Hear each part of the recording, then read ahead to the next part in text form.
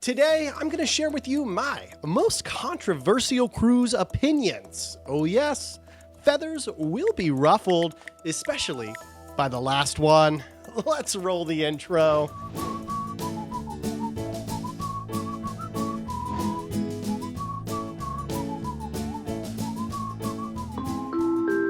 Hey, welcome to the Midships channel. It's your Captain Corey. Thank you so much for stopping by the channel today. Today, we're diving into some, controversial cruise opinions, some things you might disagree with, as a matter of fact. And that's what the comment section is for. So let's buckle up, because I'm about to spill the tea on some opinions that might raise a few eyebrows. I really can't do that, but maybe you can. Now let's get started. Opinion 1, balconies are overrated.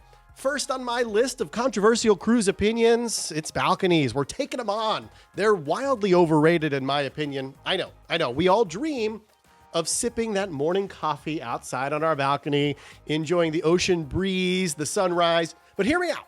Balcony cabins come with a hefty price tag. And let's face it, how much time do we actually spend in our cabins out on the balcony? Personally, I'd rather save that money for, more cruises, or to splurge on maybe a shore excursion, or I could even invest it in the casino so cruise lines like Carnival can send me those sweet $50 cruise deals. So are you team balcony or team interior? Kind of curious. Opinion 2, the soda package is a waste of money. Next up, we're slashing the soda package. I'm here to say it's a total waste of your money. Cruise lines love to push these all-inclusive packages, and there's a reason they love it, because they're making all the money.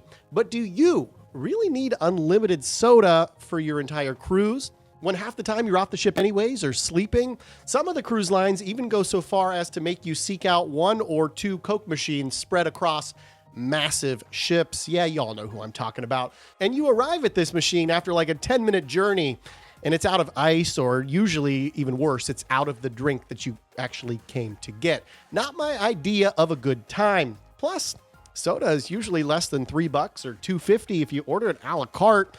Opinion 3, formal night is kind of silly.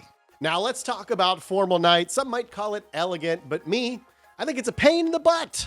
Who wants to dress up in uncomfortable, stuffy, tight clothing when we're supposed to be on vacation? Let's keep it casual and enjoy the cruise without the hassles of formal attire. Not to mention, it is literally impossible to keep your nice clothes wrinkle-free. Getting to the ship in suitcases, traveling, you know what I'm talking about. Plus, you can't even bring an iron. Formal night. Thank you. Next. Opinion 4, specialty dining can be a real waste of your money. It's time to really stir the pot a bit. I think paying for specialty dining on a cruise is usually a dumb idea. Cruise ships offer a plethora of delicious food included with the fare that you paid for. So why would you shell out extra money for a steakhouse, Italian food, or sushi? There's food everywhere on that ship that you already paid for. Eat all you want without breaking the bank. This is more of a suggestion to frequent cruisers. Now, specialty dining, it has its place. I personally still go there for a special occasion. For instance, I went to Wonderland on my birthday on Symphony of the Seas this year during my transatlantic cruise. Let me know if you've tried specialty dining and you think it's worth the extra splurge. Opinion 5, the buffet is a war zone. Let's address the elephant in the room, the buffet. It might sound convenient, but let's be real, you're basically entering battle. You're about to do war in that buffet, in there during busy hours especially, because finding a table, it can feel like a Mission Impossible movie, and the crowds of people cutting in front of you only to come to a dead stop in 2 steps. Well, that can have you ready to tell someone off real quick. Ask me how I know. It's not very relaxing at all. Personally, I prefer to eat in a more calm setting, even if that means waiting a bit longer in the main dining room for my food and for my service.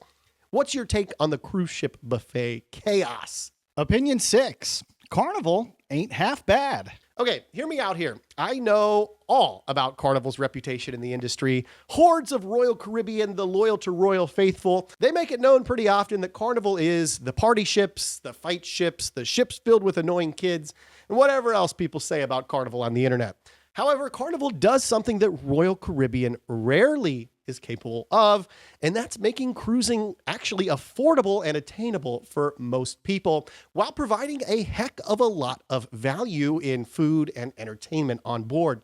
Plus, there are thousands who return to the fun ships year after year.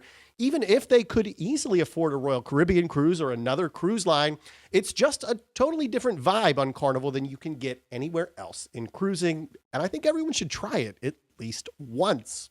Opinion 7. Royal Caribbean's Crown and Anchor loyalty program is the only one worth pursuing. You just looked at the unsubscribe button, didn't you?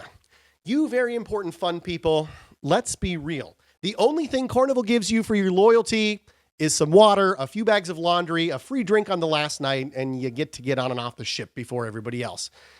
Oh, and they give you a priority complaint venue. You can go to the front of the line to complain at guest services. Meanwhile, the folks over at Royal Caribbean, they're getting all of that plus 4 to 6 free alcoholic beverages per day. Oh, and some of them are getting free Wi-Fi even. Is Carnival giving you that? Even NCL's Latitude program gives you a healthy discount on unlimited drinks after your very first cruise. Celebrity also gives you a drink perk, but it comes with a lot of asterisks, in my opinion. Of note, Carnival and MSC do not give comp cruises either to those who reach top tier status with either cruise line, unlike Royal Caribbean and some of the other folks we just mentioned. Opinion 8. MSC is the best cruise line for most people. Here we are, the most controversial opinion I will share with you today. And that is that MSC is the best cruise line that you could choose. Most people, that is. Not only are they by far and away the most affordable US-based cruise line, if you can couple their unlimited drinks and Wi-Fi add-on for like $2.99, which you can most often do when you're booking, just wait till any holiday. It could be National Swimming Pool Day, and they're probably running the promotion.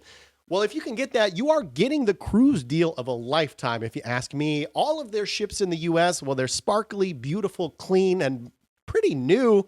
The interior spaces are extremely elegant and upscale, way more so than you'd find on Royal Caribbean, Carnival. Oh, and MSC's private island, it's as good or better than all of their competitors, save for maybe Coco Cay. It just really depends on how thrilling you want your day. Oh, and can you use your cruise drink package on any of Carnival's private islands? No, you can't. That's what I thought. But you can with MSC.